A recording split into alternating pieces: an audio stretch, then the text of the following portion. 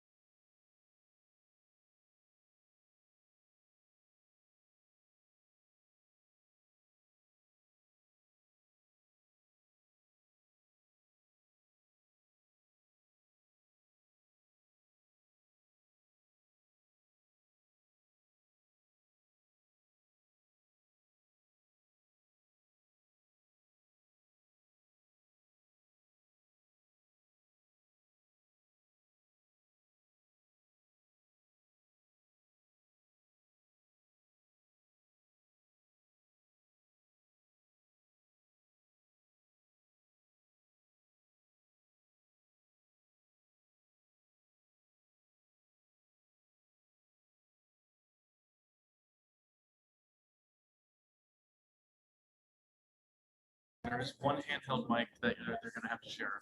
Just like. Okay. Your handheld mic. Yep, and I'm going to. All If you have anything else, any other needs during the presentation, just flag me over. right. One handheld mic that you're gonna have to share. Just like. Okay. Yep, and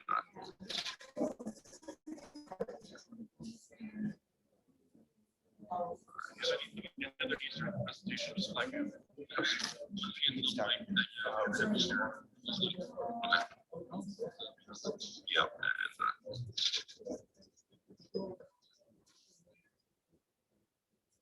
If anything other needs during the presentation, just flag me over.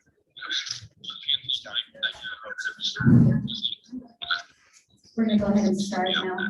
Namaste, hello. I'm Suhag Shukla. I'm a co-founder and the executive director of the Hindu American Foundation.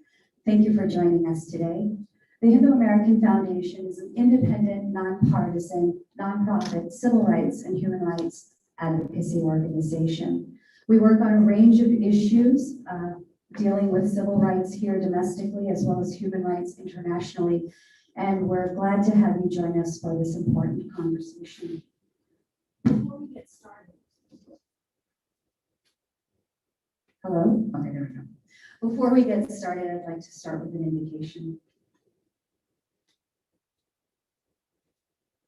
Om.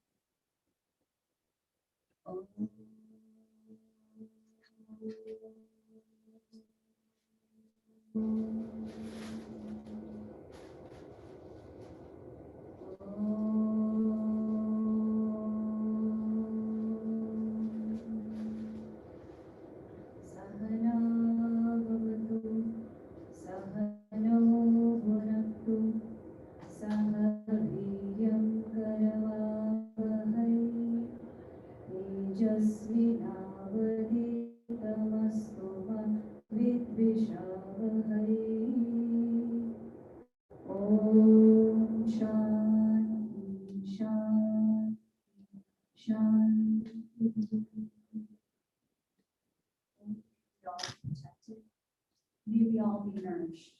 May we work together with integrity. May our approach be intelligent and wise, and there be no animosity between us. Om peace within me, peace between us, peace among us. So we're going to be talking about a very important topic today, about the plight of Hindus and other minorities in Bangladesh.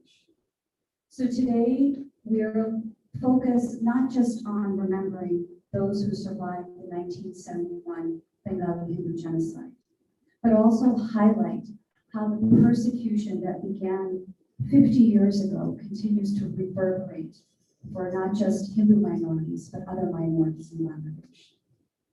We're joined today by an esteemed panel, and moderating our conversation today is HAS Director of Public Policy, Tanya Kushakshin.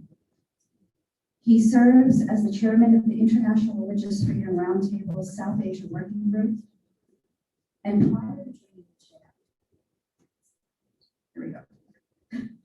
prior to joining HAF, Tanya worked as a political consultant and was a candidate for Palm Beach County Commission. He spent over a decade successfully advocating on Capitol Hill on a wide array of human rights, international religious freedom, U.S. foreign policy, and appropriations issues. Tanya was selected as a 2018-2019 fellow with the Anti-Defamation League Glass Leadership Institute, as well as a 2019 fellow with the James Madison Institute. He holds a BA in political science from Florida Atlantic University, as well as an MA and a graduate certificate in Pax and Political Management, George Washington University. Note to the speakers, this has a mind of its own. So with no further ado, Tanya.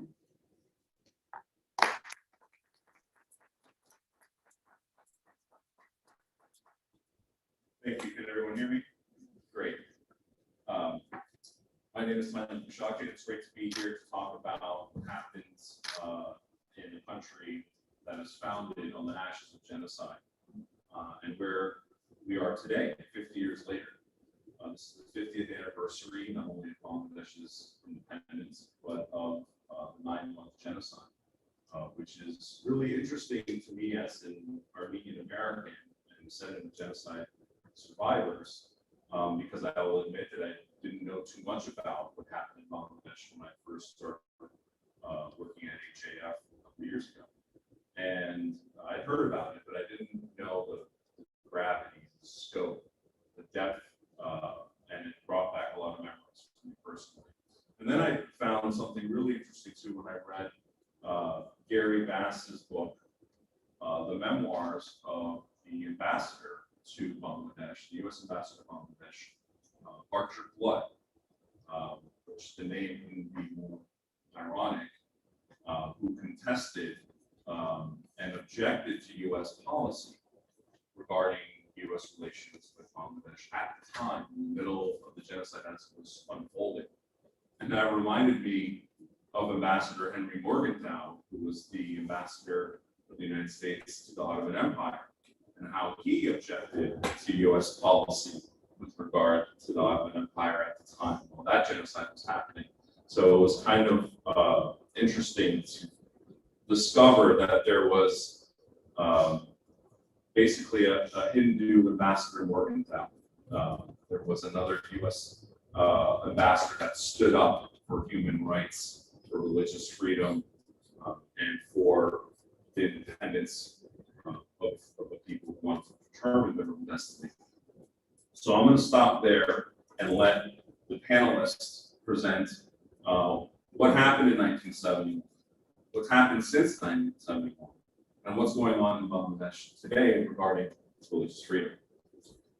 So first, we're going to hear from Deepali Kulkarni, who's the Director of Human Rights for the Hindu American Foundation. She holds an MA from the University of Hawaii at Manoa, an MST from Oxford University, and a Master's in Philosophy from Syracuse University. She was a 2018 recipient of a Fulbright Student Research Award, with which she studied gender religious practice in India extensively.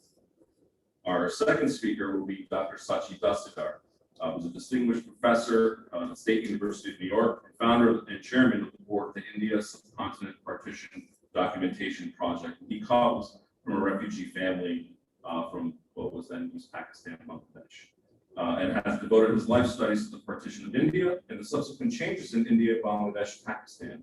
He's helped 33 schools for the poor and orphan in Bangladesh and India. He's built 14 schools there and dorms. He's the author and editor of over 22 books and journals. and he holds a bachelor's degree in architecture from Calcutta University, India, and Indian Institute of Technology, and PhD from Florida State, my home state. Our third speaker is Dr. Richard Bengen. He is one of the foremost activist scholars currently working to save Bangladesh's declining Hindu population. His on-the-ground research and activism in religious freedom and defending persecuted minorities in Bangladesh has led him to testify and present his findings before Congress and relevant U.S. government agencies.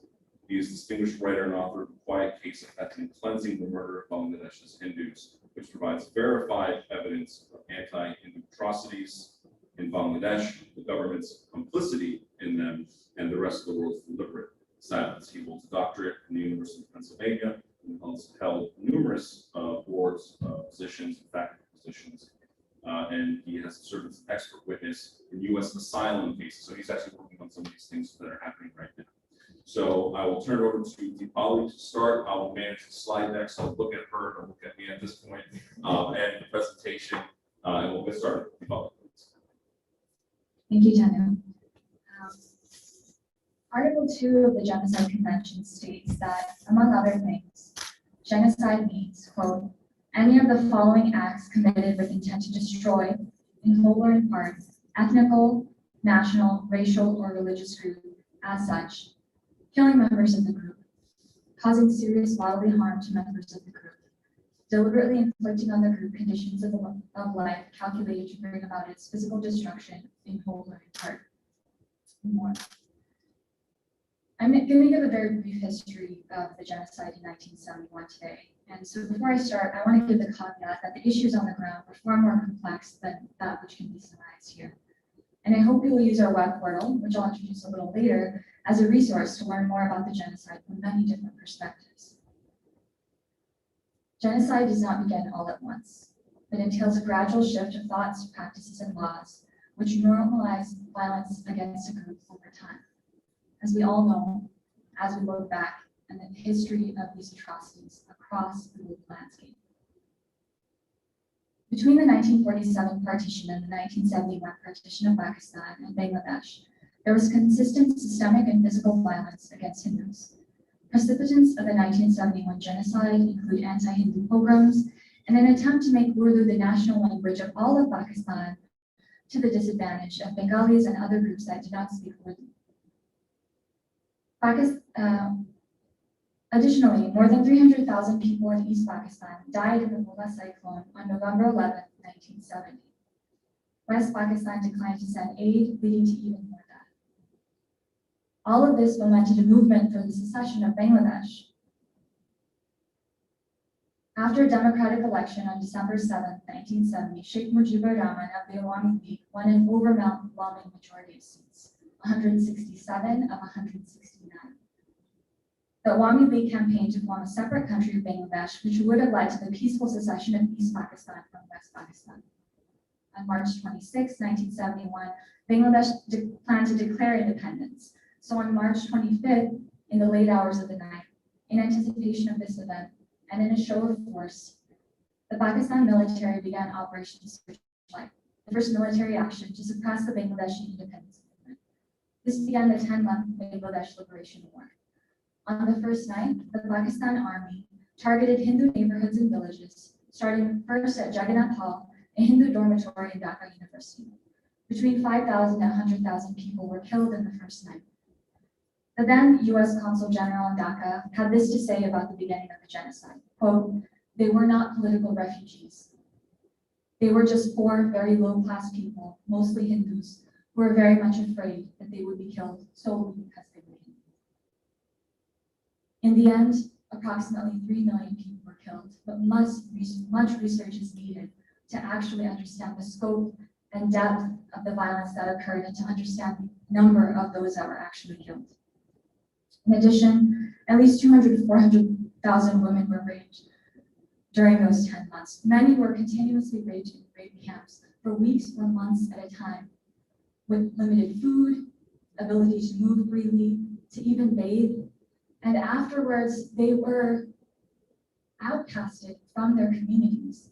Although the Bangladesh government lauded them as heroes, they continued to bear the scars. And still they bear the scars, their children bear the scars, and their grandchildren bear the scars in this intergenerational trauma. By November 1971, approximately 10 million refugees, a majority of whom were Hindu, had fled to India. Prime Minister Indira Gandhi's officials noted that Pakistan hoped to reduce the number of Hindus in Bangladesh by, quote, driving out Hindus in their millions. Seeing this devastation, Senator Edward Kennedy of the United States said this in his November 1971 Senate report. Nothing is more clear or more easily documented than the systematic campaign of terror and its genocidal consequences launched by the Pakistan Army on the 9th of March 25th. Hardest hit have been members of the Hindu community who have been robbed of their lands and shops, systematically slaughtered, and in some places painted with patches marked age. After 9.5 months, approximately, India entered the conflict. Under the guidance of Prime Minister Indira Gandhi, India went to war with Pakistan to liberate Bangladesh on December 3rd, 1971. Although the war lasted only 13 days, it was the impetus for the surrender of Pakistan and the liberation of Bangladesh. But the legacy of the genocide is still felt today in the continued violence against Hindus in Bangladesh. Here you'll see General Niazi of Pakistan sign the instrument of surrender, bringing an official end to the 13-day Indo-Pakistan War and the 10-month Bangladesh Liberation War. Bangladesh became a country on December 16, 1971. Next slide. I'd like to recall the numbers of who were affected once more. Although we cannot recall all the stories in the short amount of time we have here today, over 200 to 400,000 women were raped, approximately 10 million people were displaced, many of those went to India, majority of those went to India, and a majority of those were Hindu. And at least approximately 3 million were killed, a majority of which were Hindu. Next slide. On the Genocide 1971 webpage, that is the portal that was blocked by the Pakistan government, you will find a digital archive. And that digital archive is for survivors of the genocide to record their story. We must remember the loss. We must celebrate survivors because that is how we stand for ahimsa and say never again loudly. If you are a survivor, please do go to Genocide 1971 and share your story. We also have, if you go to the next slide, a community art project. If you are an artist and you can sing, paint, write poetry, or create art in any form, please create and submit your art to remember those lost in the 1971 Bengali Hindu genocide and celebrate the existing survivors. The community art project is for all, and we hope you will submit art which can be used to raise awareness about the genocide. Can you go to the genocide1971.com? I encourage everybody to educate themselves about the genocide. This is the first step in making sure that these atrocities don't occur again in any community. Thank you.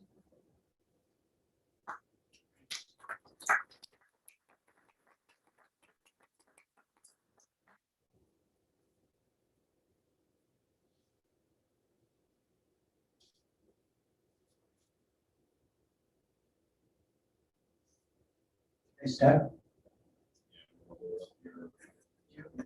Since we are very time, Yeah. let me start. Yes. Go to the slide 1. Thank you for inviting me. This is an extremely painful, stressful, difficult topic for me and my indigenous families censored by the war, American, subcontinental, and pro-democracy media, but not the secularist Muslims of Bangladesh and their press. Still, I will end with some positive notes. Contradiction, of course. I am focusing from 71 till today. Let me mention that since British partition of India and partition of Bengal province, about 50 million Hindu minorities missing from 1947 to 2001 census. And over 3.1 million Hindus have been killed in that period, mostly by Pakistani genocide. See Empire/Casualty, Indian subcontinent's vanishing Hindu and other minorities book for data.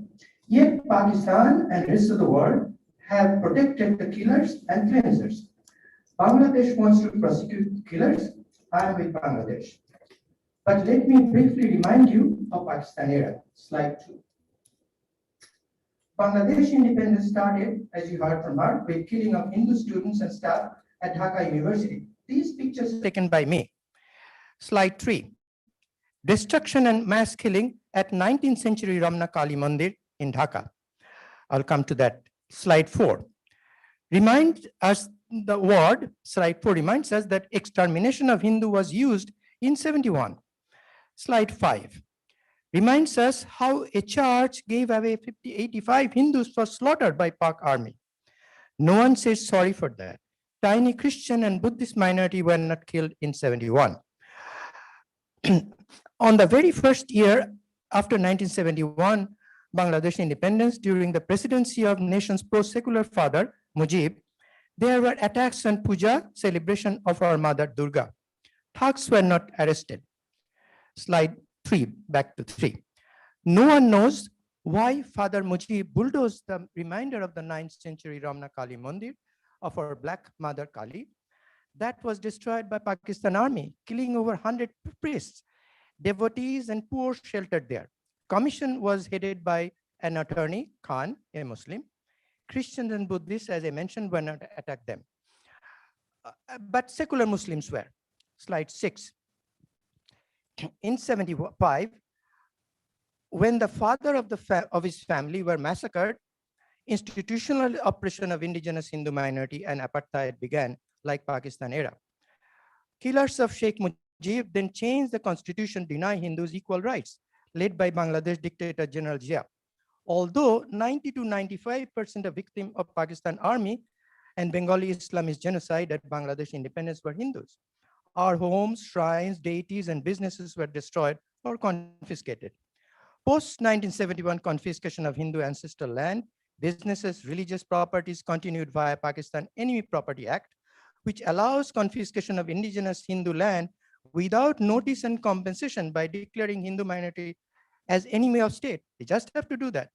In 96, I met with the Bangladesh land minister who said over 1.5 million acres of Hindu land has been confiscated in 1980s alone, plus tens of thousands of homes and businesses. On July 1, 1968, another Bangladeshi dictator, Ershad, declared Islam as official religion, beginning re-energized oppression.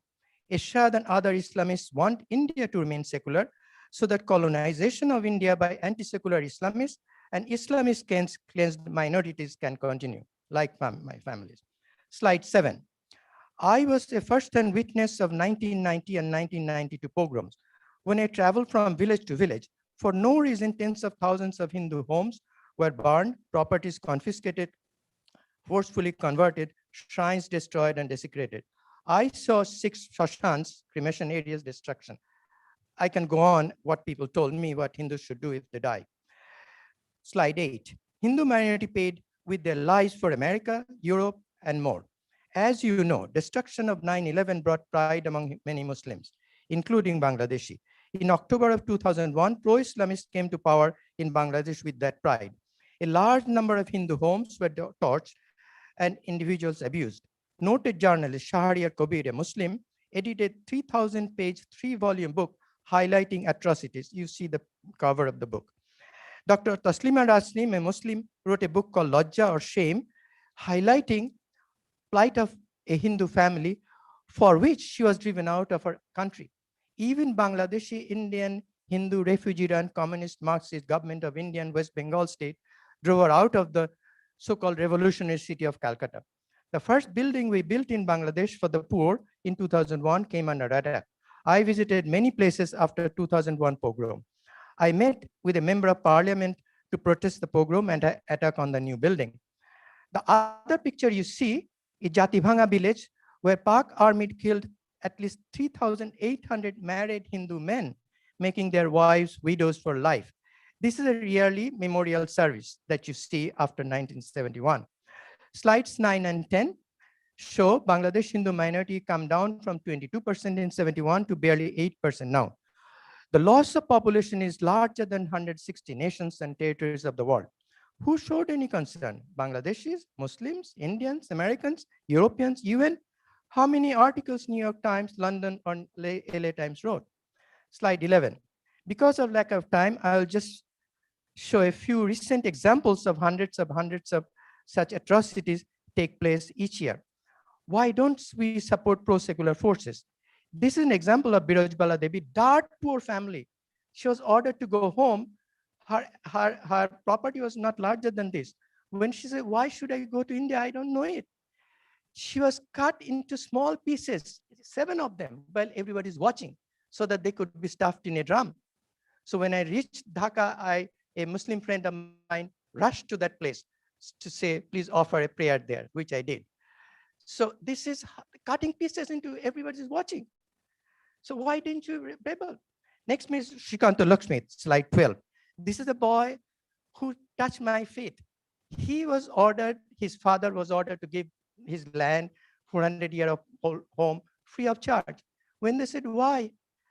Young boy stood first in school and college, was beheaded.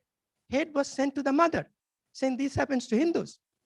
I wrote to the Prime Minister, I wrote to Congressman Crowley that something has to be done. Crowley wrote to Prime Minister. This is happening. Why America? We are not protesting. Slide 13.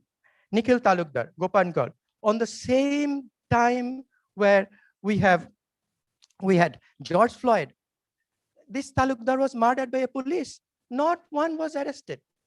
Why Indians didn't protest? I don't know. Slide 14.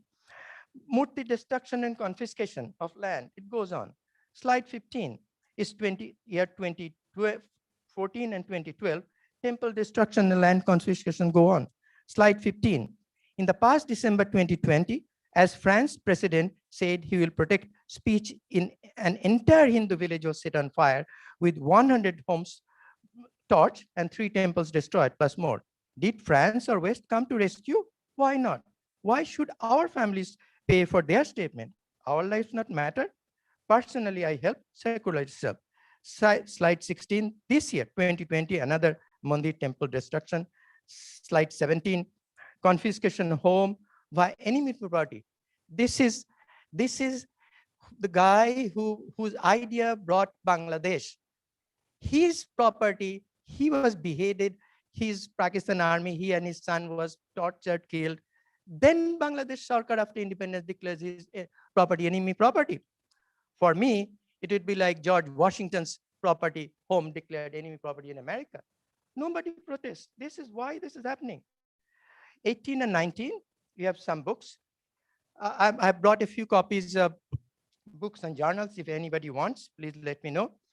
And let me with a positive note, slide 20, is that you see is our ancestral home of 15th century from our family are driven out. And you see the guy with a beard who walked into our home as the pogrom was taking place. And on the other side is a statue of Vishnu. I saved it and re-energized it. So it was rededicated on 15th of March this year. So with that, I will end. I can go on, but as you know, I got many stop signs. Thank you.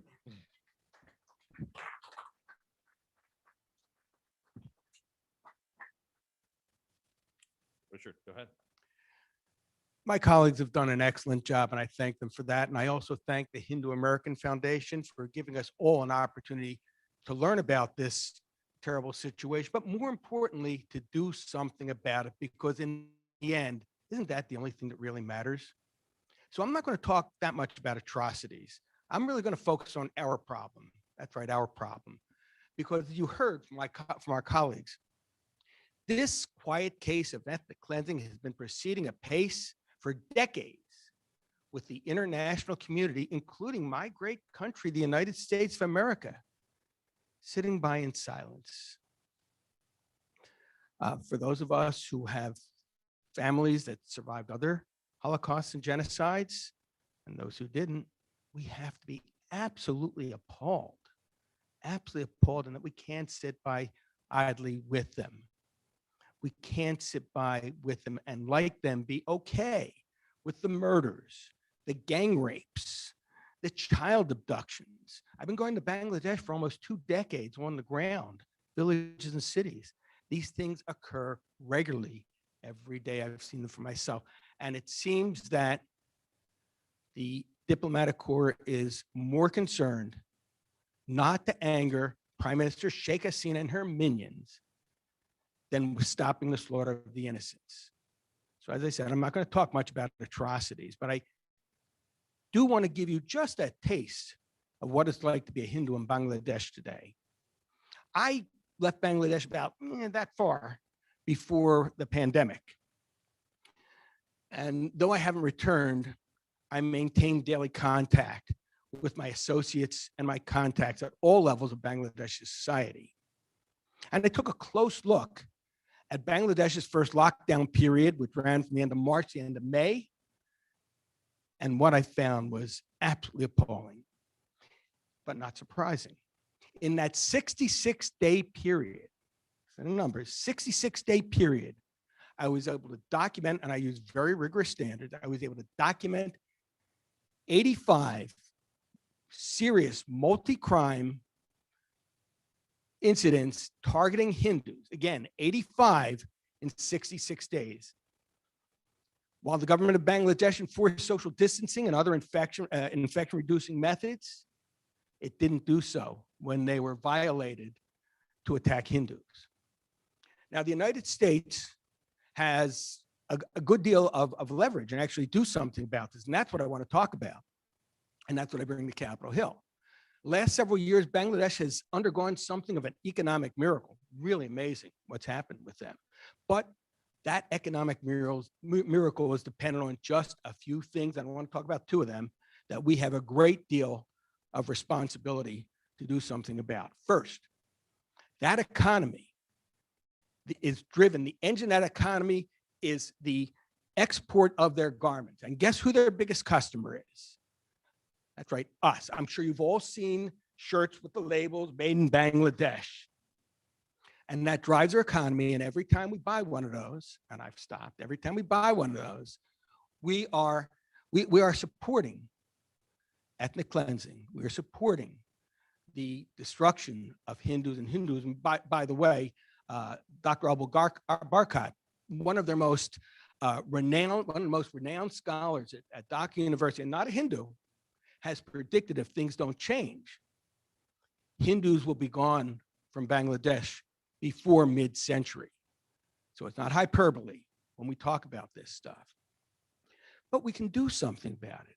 I never use the word boycott, but individual consumers can recognize that perhaps if they want a garment, they buy one that says made in Honduras or India or somewhere else.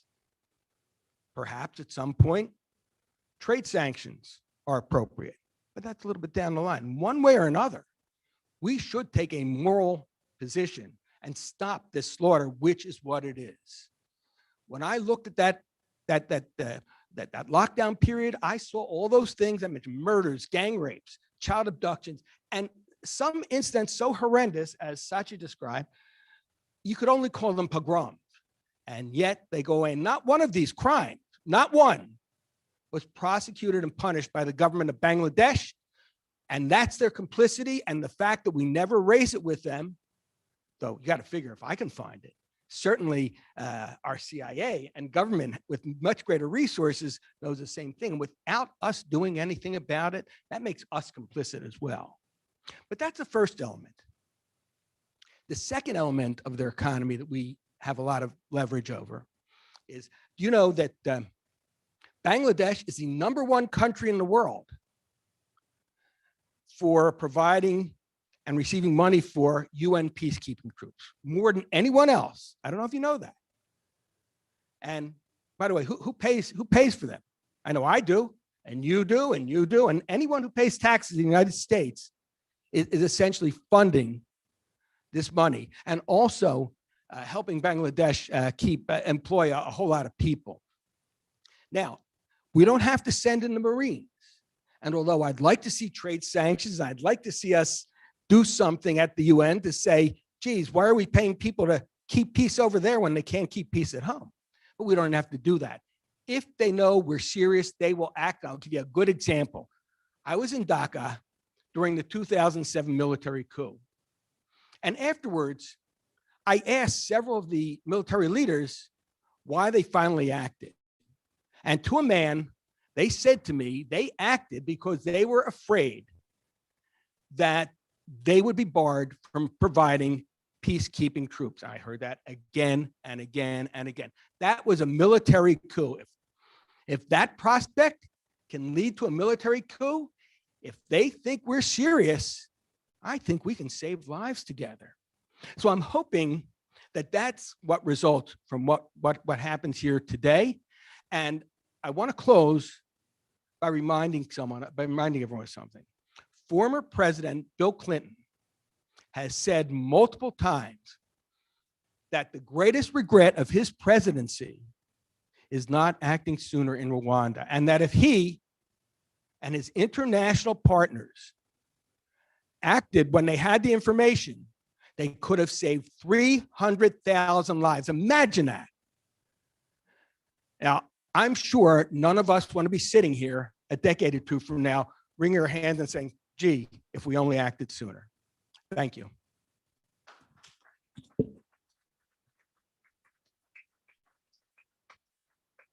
Wow, I know that's a lot to digest. We could probably be here for more than 1 hour just on what happened in 1971, and even more so on what's happened since. But we're trying to cover a lot of ground and give you a scope of where things started and some of the things that have happened since and what's going on right now. So we're going to turn it over to our panel discussion now. We have about 20 minutes to go here. So that was our goal. We want to have a good discussion here, and we want you as the audience and the viewers online to get a good idea of what the knowledge that these panelists have. And before I get to that, we have set up on the side of the room some exhibit panels that showcase some of the imagery. I mean, this was 1971. This wasn't that long ago. There was photographs taken during the genocide, and some of those we've printed and showcased there on the side. So I encourage you to look at that, and we'll share that with our online viewers as well. So we're going to go ahead and get started, and I'm going to take the moderator's liberty here and ask the first question. We'll ask a bunch of questions, but the first one's going to be for everyone, and then I want to go into individual questions. So my first question is going to be for all of you. I want you all to answer this. We're now in 2021. It's an important year, 50th anniversary. In January, it was reported that the Bangladeshi foreign minister had conveyed to their Pakistani counterparts that they needed to apologize for the atrocities committed by the Pakistan Army in 1971, and that it was, quote, important to restoring bilateral relations, that it was the repatriation of Bangladeshis in Pakistan is necessary to resolve division of assets. And in fact, Sheikh Hasina herself directly told the Pakistani envoy in December of 2020 that the Pakistan's genocide can neither be ignored nor forgotten. What is your reaction to that? I'll start with Deepali. That's a pretty heavy question, Daniel. I'm not sure, in all honesty, 3 million people have died in 1971 alone. And afterwards, so many suffered. Over 10 million were displaced, 200 to 400,000 women were raped. The solution to that, to me personally, doesn't seem like it can begin or end with an apology. I think there's a lot that needs to be done. Recently, there was a conference on this genocide, and one of the scholars put it really well that we need researchers to go in, and they need to give us access to the archives to be able to understand the genocide better. The erasure of this violence is another form of violence. It's normalizing violence against Hindus. It's imagining that there was, that the birth of Bangladesh and the however we want to say it, the partition, the Indo-Pakistan War, the Bangladesh Liberation War, whatever term you want to use, was not fraught. So so we need more information is what I would say. And we need access to the archives. And I think that's the first step to there being peace between the countries and for supporters of both of the countries to be able to support not only those in those countries, but in the diaspora. First, I want to mention that I'm very honored that Bangladesh government invited me in their 50th anniversary commemoration. I spoke virtually for the genocide. I spoke on the 25th of March with the very high officials present. So they know my work. So I'm very proud that invited me. Sure, first is apology, but I, from an outsider, would want a lot more than that. This was a Bengali genocide. Within the primary was a Hindu genocide. Within they killed the secular Muslims. So we want parallel action. And also the amount of assets they took us from us. We should demand from Pakistan that they do that just the way German reparated Israel. So I just don't, apology is beginning, but I want to go further. Thank you. I must have tunnel vision because the immediate thing I think of is why don't we place the same demands on Bangladesh? You're supposed to be friends with us, then stop killing your minorities, stop killing Hindus. Recognize that the first step to healing, as anyone in a 12-step program knows, is admitting you have a problem, and that's what Bangladesh has to do. But, and I will go to the wall on this, the Bangladeshi government will never do the right thing because it's the right thing, but they will do the right thing if we make it in their interest to do the right thing. And that's one, by saying, you want to keep selling your garments here? You want us to keep funding your peacekeeping troops? And you got to acknowledge your problem and start doing something about it. Well, Richard, I'll stick with you.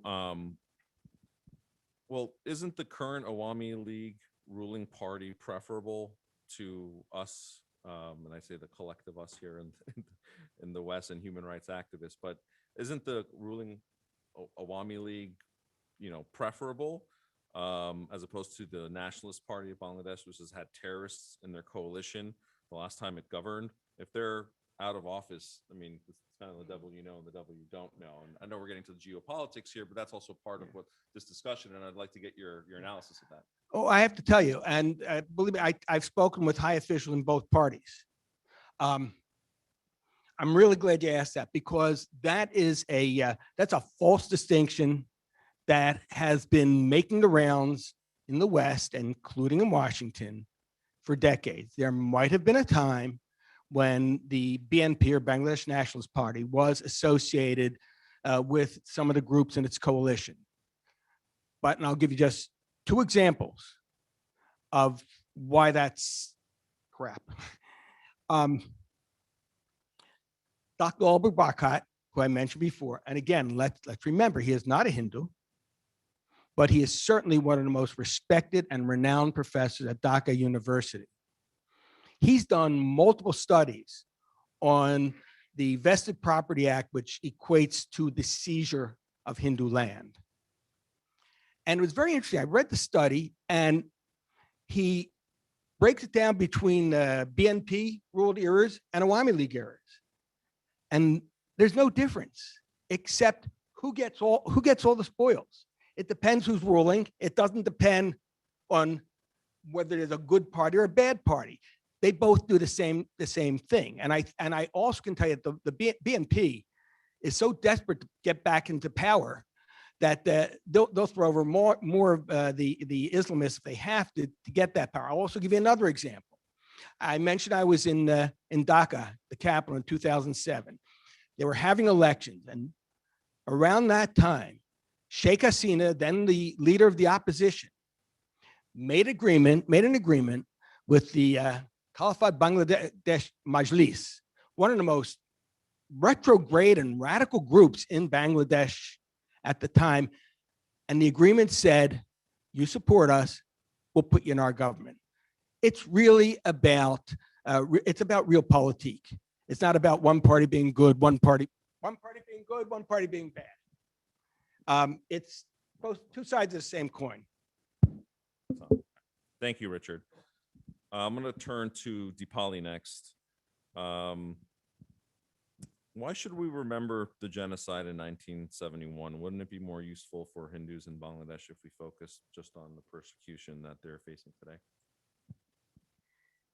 Yeah, I think that's an important question. What's the point of remembering something in the past? And I think, especially given all the atrocities that are happening currently in Bangladesh, we can ask ourselves that question. And when I've spoken with those in the, from the Bangladeshi diaspora that have, the refugees that have come to the United States, there has been a lot of hesitation in talking about this violence, to be frank. And so I think, talking about it publicly, to be clear, we'll talk about it personally, one-to-one, and the details are devastating. But there is a lot of hesitation of speaking about it publicly, and that fear has not gone. It's still here. And it is something that, that encourages me to speak out, despite not being, of a Bengali, heritage myself, because of the genuine fear that many have communicated to me of not wanting to speak out, to not wanting to speak out with their name associated with the words that they say, to even remember the genocide, to even say that this happened, and the whitewashing that has happened of the genocide in the years that have followed. So that there's a lot of intergenerational trauma that needs to be addressed. There is a lot of violence against Hindus in Bangladesh today that needs to be addressed, and the normalization of violence that occurred because of this genocide against Hindus and other minorities in Bangladesh, including Christians, Buddhists, that can only happen if we acknowledge what happened in 1971. The scale of the violence is so great that we must acknowledge it in order to move forward. That's a good answer, and something that anyone here who's ever come from a family of persecution understands, that there's kind of two frames of thought. You either can't stop talking about what happened to you, or you don't talk about it at all, because the trauma is so great. And I know from my own experience, and I'm sure some of you have heard some stories, and maybe if you come from a family, you've asked, well, why doesn't Uncle so-and-so talk about what happened to him? Why doesn't my grandmother mention, where she comes from? How come I don't know her story from, beyond a couple of years ago? And that's something that I think we can really, yeah, go ahead. You can give him the microphone. Add one proverb. We have a proverb saying, unless we learn from history, history would repeat it. So exactly that happened in India-Pakistan partition took place. We didn't learn. That's why Pakistan had another partition, Pakistan and Bangladesh. So we don't want more of these, because with that comes massacre and life. That's all. That's a really interesting perspective. There's a gentleman in the back there. I want to get his question with the glasses and the green shirt. You have an interesting question?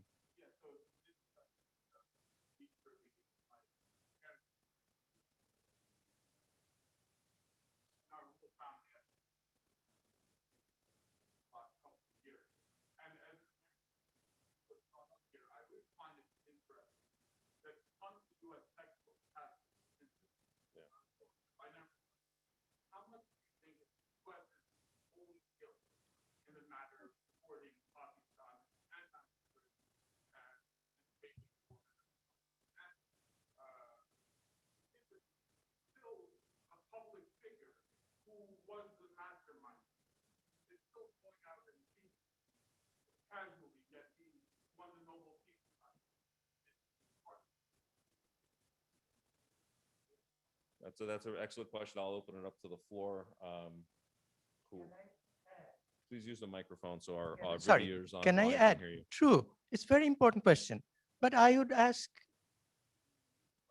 you this question. I have authored many books. Actually, this book also raises that question. Why America? What do they teach in Pakistan, Bangladesh, or India? Our history book completely censors, including Calcutta, where I went to school. They would teach this genocide. They don't teach it. And the left was even worse, more communal than others. They censored all of this. So before blaming America, I would blame ourselves first. No, Yeah, no, sure. no, no. In Well, my mind, we're gonna keep the in my conversation mind, going. I'm the Let's let leader. our panelists, I'll let our panelists answer Yeah, and we'll keep the- I'll give it to you in just one second, Richard Kaka. I just want to briefly note that, you know, I understand what you're saying because there was military aid to Pakistan in that time period that enabled this violence.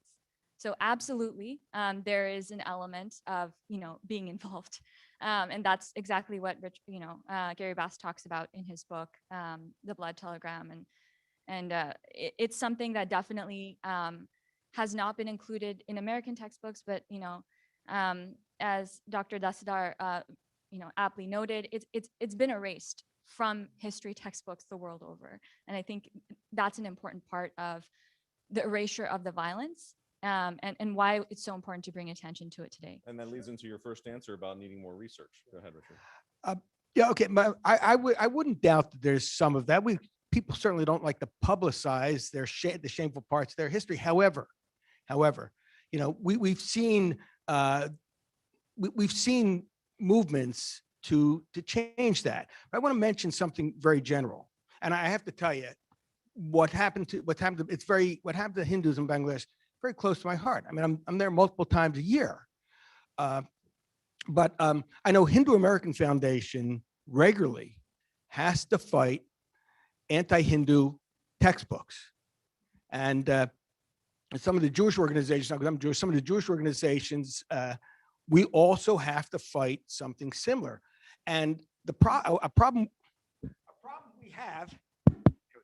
we have is that there seems to be a growing force in our country that would rather see textbooks reflect what they want to reflect and what their ideology says rather than the truth. So I think as I say, I agree. It's got a part of it has to be guilt over the shameful fact that we were complicit in it.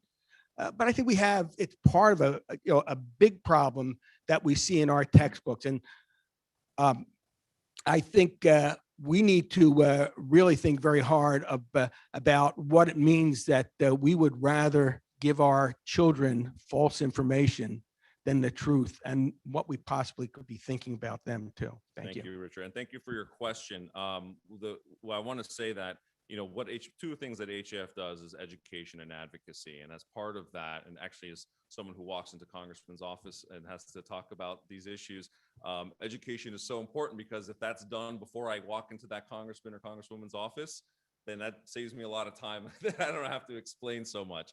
And so that's very important. And in that regard, HAF has actually developed a Bangladeshi Hindu genocide lesson plan that parents, if you're an American parent and you're watching this online, you can go to hinduamerican.org, go download our lesson plan and share it with your kids' teachers and administrators, and give them this knowledge, because I know that a lot of educators don't have the time to develop their own curriculum. And so if you help them and give them some of this information, that does help. And I know there's so many instances of history that are not in our textbooks, and that's a great question. Sachi, I want to ask you, since I've asked everyone, I haven't asked you directly yet. You know, we don't hear a lot about Bangladesh in the American media unless it has to do with garment workers working for Walmart. But there's obviously a lot more going on there. What role has American, Western, or even Indian media played to highlight the need to protect the democratic rights of indigenous Hindu minorities or even secular Muslims in Bangladesh? This is a real sad part, that all of this press have censored. I use the word censored. It's happening, like I said, Biroj Baladevi, she's cut into small pieces. There's not a footnote in Indian papers or American papers. Why? Our lives not matter? I mean, you saw Shrikanta beheaded and sent. Why New York Times? If it happened in Calcutta or India, New York Times have 5 articles. Why this racism? I call it a different form of racism. I can go on. So I've authored many books on this. But it is extremely serious problem, and I have no words to explain. I'm so, unhappy with. I have written hundreds of letters to Times and London Times, New York Times. They won't print it, and I have not done it in last 10 years. So I call that censorship. Yet they are publishing completely false narrative. By the way, I'll add. I have a half a Go minute. ahead, go ahead. So in 2001, I mentioned when pro-Islamists came to power with 9/11 pride. So there was attacks on Hindus. Many people from New York went to New York Times. So what happens? They sent to Barbara Crosset. Barbara Crosset write one page next to the editorial page with a glowing tribute to Khaleda Zia, the Islamist leader who came to power, and slaughter is going on. Not one footnote. Then after many debate, an Bangladeshi Indian American girl, last name Sengupta, was sent. After 1 year, she doesn't write even a footnote. Writes glowing story about, I don't care. So this is how much struggle you can do. On the other hand, they are setting world opinion. Why it's happening, it's up to all of you to figure out. Thank you.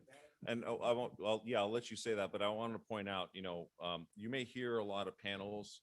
In fact, we've heard a lot of panels here in Washington lately on Afghanistan that didn't have an Afghani on it. We wanted to make sure that you know that when we have an event and when we talk about persecuted minorities, we have representatives from that community speaking for themselves. And I think that's an important distinction that any viewer of these panels should go to and try to identify and listen to, because I can tell you, I think it was like 4 or 5 panels on Afghanistan in the last month, and not one of them had an Afghani on it.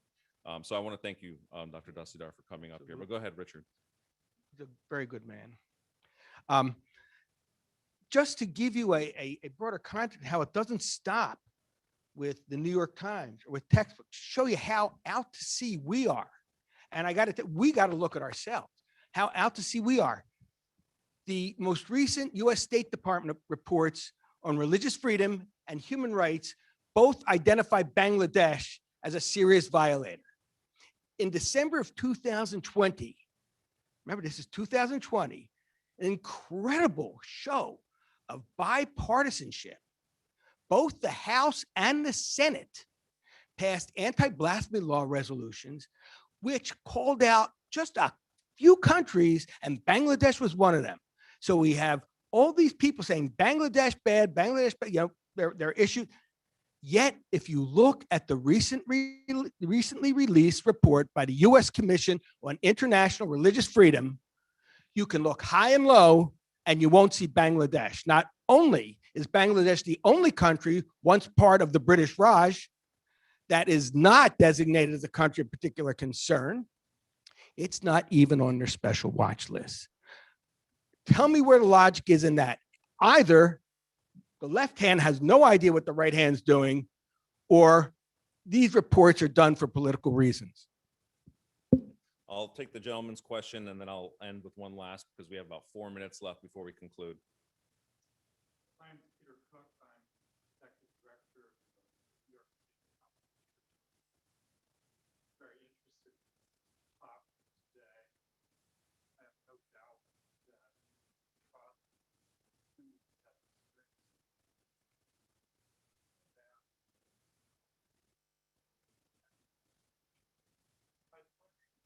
what sanctions you would be recommending similar repression.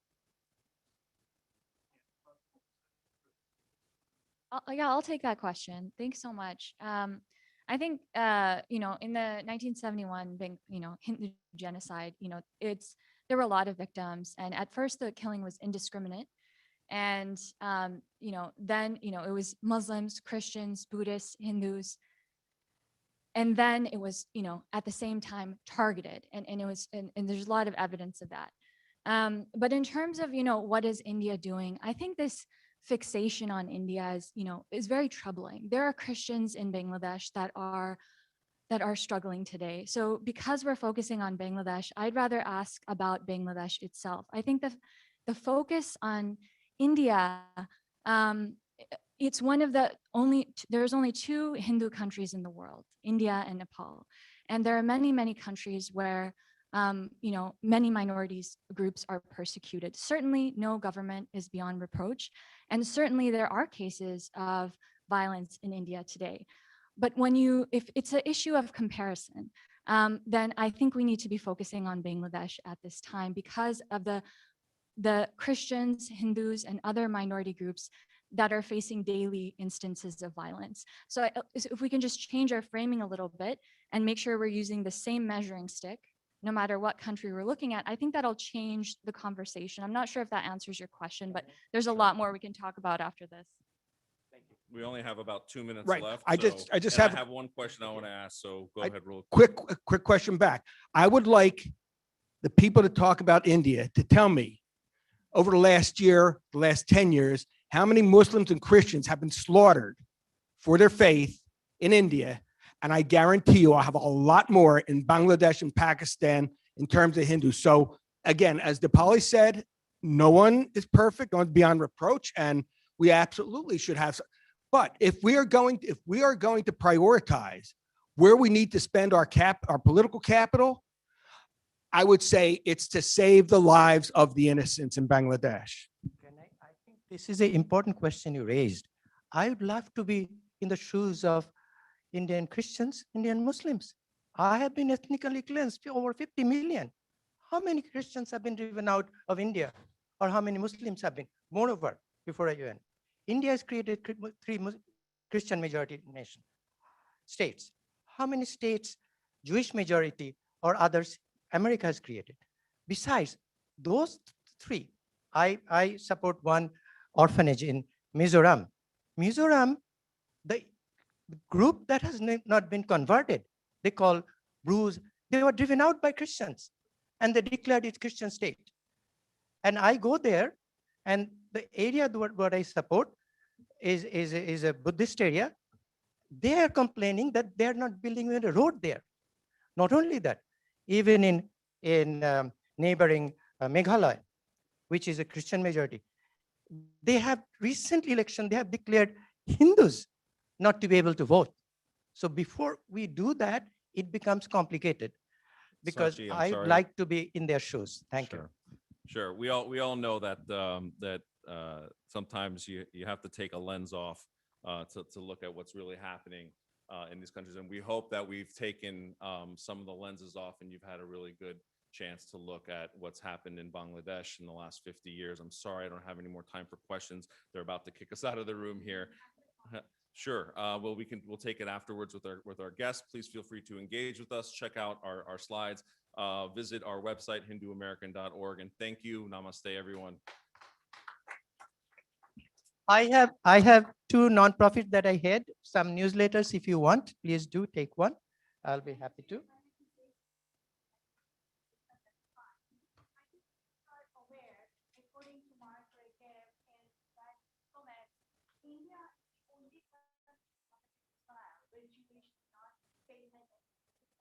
India has welcomed for centuries people, persecuted people from all around the world, and given them shelter.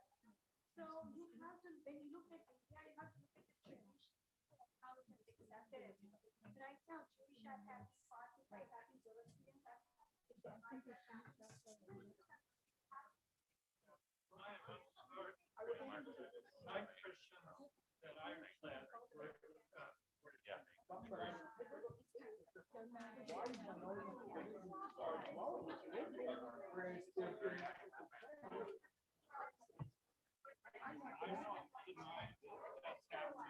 Did you know that Muslims